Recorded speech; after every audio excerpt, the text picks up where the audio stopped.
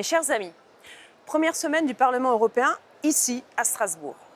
C'est les grandes manœuvres avec les répartitions de postes entre les trois groupes de la majorité von der Leyen. Les socialistes à la sauce Qatar, la droite molle socialo-compatible et ce qu'il reste de la Macronie. Premier scandale aussi, puisque dans ce grand temple de la démocratie, personne n'a évoqué la tentative d'assassinat contre Donald Trump.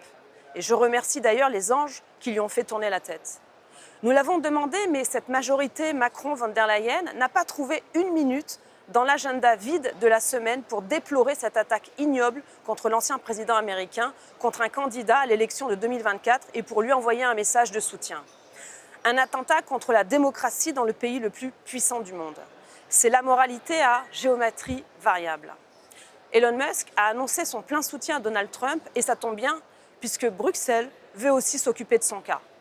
Depuis Davos 2024, on le sait, la principale préoccupation pour Ursula von der Leyen, ce n'est pas les conflits ou le climat, c'est la lutte contre la désinformation. Rappelez-vous, le clairon, lors de l'adoption du règlement sur les services numériques, le fameux DSA, en octobre 2022, au nom de la lutte contre les contenus illicites et la désinformation sur Internet, juste au moment où Elon Musk achetait Twitter pour le libérer de la censure. Rappelez-vous, Twitter avait censuré Trump.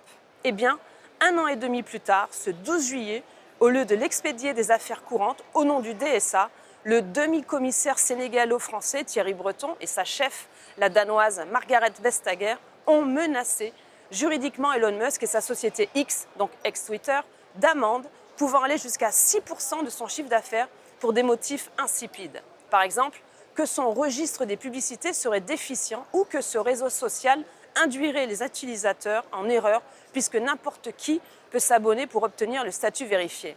Motif curieux pour une amende de près de 200 millions d'euros. Elon Musk a lancé une bombe en répliquant sur Twitter dans un tweet vu par près de 100 millions de personnes que la Commission européenne a proposé un accord secret illégal à X. Si nous censurions discrètement les discours sans en parler à personne, il ne nous imposerait pas d'amende. Les autres plateformes ont accepté cet accord, X ne l'a pas fait. Si ces manœuvres ont eu lieu, c'est très grave. La Commission harcèle Elon Musk et son réseau social parce qu'il est trop libre et que la vérité émancipe. Ces gens n'aiment pas la liberté. Ces gens n'aiment pas la vérité. Ces gens veulent nous excommunier.